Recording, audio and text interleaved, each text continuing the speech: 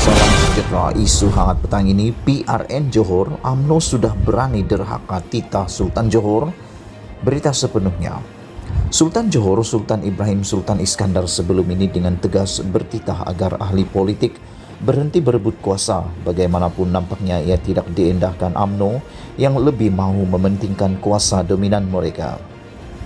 Jika sebelum ini semasa krisis politik di peringkat kerajaan pusat, UMNO bersungguh-sungguh menggunakan alasan kononnya tidak mahu menderhaka kepada institusi diraja, tetapi kini seakan-akan pemimpin utama parti itu sudah berani mencabar titah Sultan Johor pula.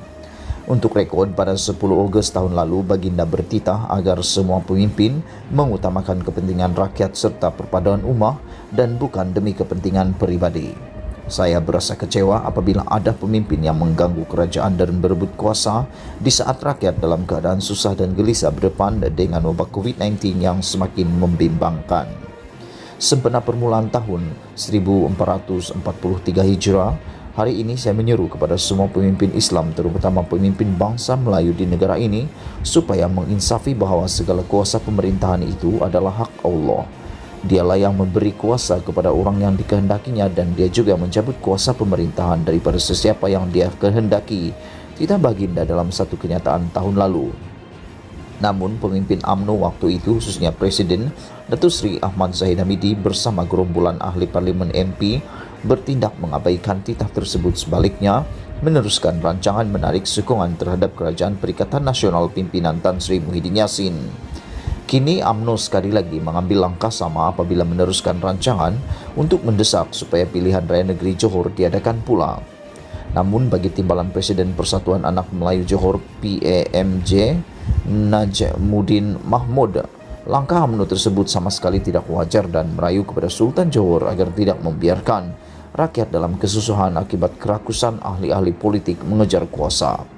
Saya rasa kalau rakyat bersuara, tuanku mesti dengar suara rakyat sebab Baginda adalah pemimpin yang saksama dan tidak memihak kepada pihak politik yang rakus, katanya dipetik portal Satu Berita. Beliau menambah, malah sebelum ini Sultan Johor pernah menegur ahli Dewan Undangan Negeri Adun Johor supaya mengutamakan kebajikan rakyat daripada agenda politik sempit. Teguran Baginda itu benar dan tepat kerana ahli politik tidak sepatutnya pentingkan diri. Mereka wakil rakyat, bukannya wakil parti politik, tambahnya. Sementara itu penganalisis politik Mujibu Abdul Muiz berkata Sultan Johor boleh menasihati pemimpin negeri jika mereka bertegas mahu mengadakan PRN. Buat sementara waktu mungkin Tuanku Sultan boleh pertimbangkan untuk tangguh.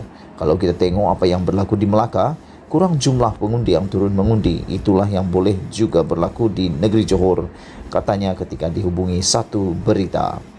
Pensyarah Sains Pentadbiran dan Pengajian Polisi Universiti Teknologi Mara UiTM itu menambah, dengan pelbagai masalah yang menghimpit rakyat pada masa ini, sentimen dan mood rakyat dalam konteks untuk berpolitik berada di tahap yang paling rendah. Saya berharap Tuanku Sultan menghalang pilihan raya berlaku. Kita masih lagi dalam keadaan tidak berapa stabil, ujarnya. Media sebelum ini melaporkan Majlis Tertinggi MT UMNO memberi lampu hijau kepada parti itu untuk bersiap sedia menghadapi PRN Johor bagi mencari mandat baru mendirikan kerajaan lebih stabil berbanding majoriti satu kerusi ketika ini. Kerajaan Johor ketika ini memiliki majoriti tipis satu kerusi, menerusi 28 DUN berbanding 28 di Blok Pembangkang yang dianggap goyah selepas kematian bekas Menteri Besar yang juga ahli Dewan Undangan Negeri Adun Kempas Allahyarham Datuk Osman Sapian. Barisan Nasional BN dan pada PRN Melaka November lalu memenangi 21 daripada 28 kerusi Dewan Undangan Negeri sekaligus meyakinkan UMNO untuk menghadapi PRN Johor. Sekian isu hangat petang ini. Jangan lupa tinggalkan komen anda, tekan butang subscribe dan kita jumpa lagi. Bye-bye.